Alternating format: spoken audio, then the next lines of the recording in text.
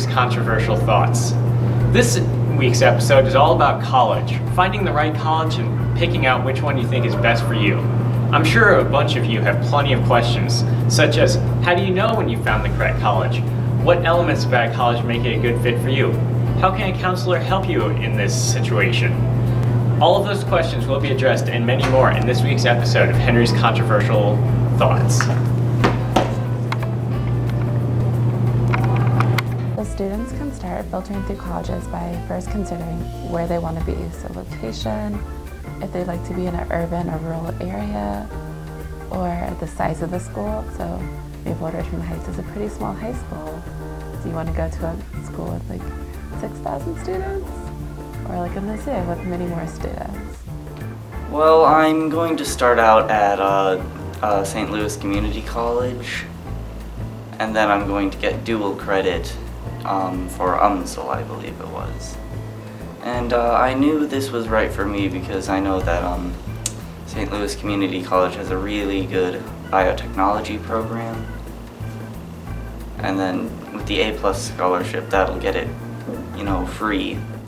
My top two schools are Maryville University and Bellarmine University, and I really picked the two because Maryville had the specific major that I wanted to do, and Bellarmine gave me a really good scholarship, so I'm kind of in between both of those. The college that I chose to attend is Jefferson College out in Hillsborough, and I knew that it's a college for me because they have a really great nursing program, and that's what I want to go into when I'm older and eventually become a pediatric oncologist. I decided to attend University of Kansas, and I knew it was right once I visited the campus, and I just felt like I was at home. I haven't officially decided where I'm going, but I've narrowed it down to two, either Missouri Western State University or William Woods University. And I like them because they were small, they weren't super big, and they had a really good program for what I want to go into. For most students, they know when they find the right college when they step on the campus, and there's this aha moment where you realize that the college has the clubs you're interested in, you like the people, and it's more than just having the right major or the right size. I did. I applied to a ton of colleges at once and went from there because I didn't really have an idea of what school I wanted to go to, and so I kind of just applied to a bunch and saw where it took me from there. I have applied to Jefferson College, and I have been accepted.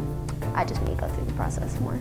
So for underclassmen to prepare for applications, they should really focus on maintaining really good grades in high school, focus on maintaining a high GPA, and start considering taking the ACT before your junior year, because the more times you take the ACT, the better you'll do on it.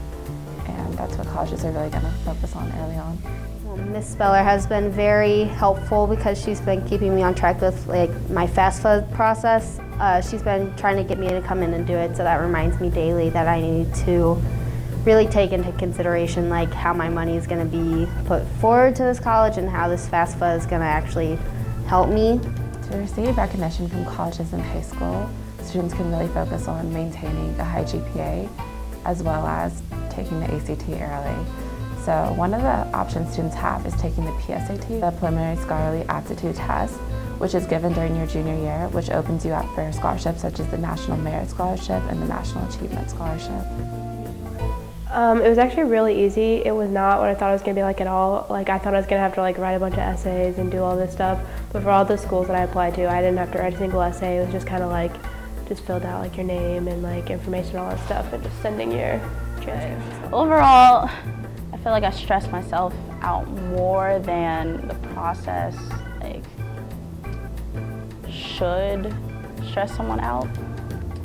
Maybe because I'm overthinking it, it's something new, but then again, I know I'm not alone because everyone goes through it every single year. So it's overall been hard, but I'm getting help through it. The application process was kind of tedious and redundant, but other than that, it went pretty smoothly for me. All different applications are all kind of different, so filling out so many just kind of gets tiring after a while. So the AccuPlacer test is used by St. Louis Community College to kind of help students figure out where they fit in. So it's a placement test. It judges you on your English ability, your math ability, and sometimes it takes a science test as well. So you can go into the community college, take your AccuPlacer, and you can try to test out of some classes that maybe you took in high school. Or you can also use your ACT scores as an alternative. So if you do really well in the ACT, you can use that instead of the AccuPlacer to test out of college level classes.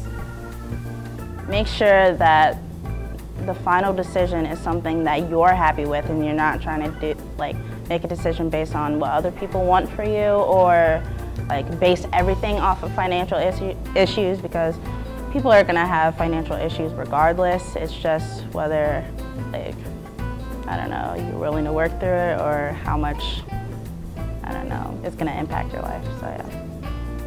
Deadlines do come up, so make sure that you reach your deadlines pretty quickly. Make sure that you're on top of your game and you have everything that you need. Stay in contact with your counselors, school counselors and college counselors, because they do help. For the AccuPlacer, if you test out a lot of your preliminary classes at the community college level, you might want to look at a four-year college and going just straight to a four-year college.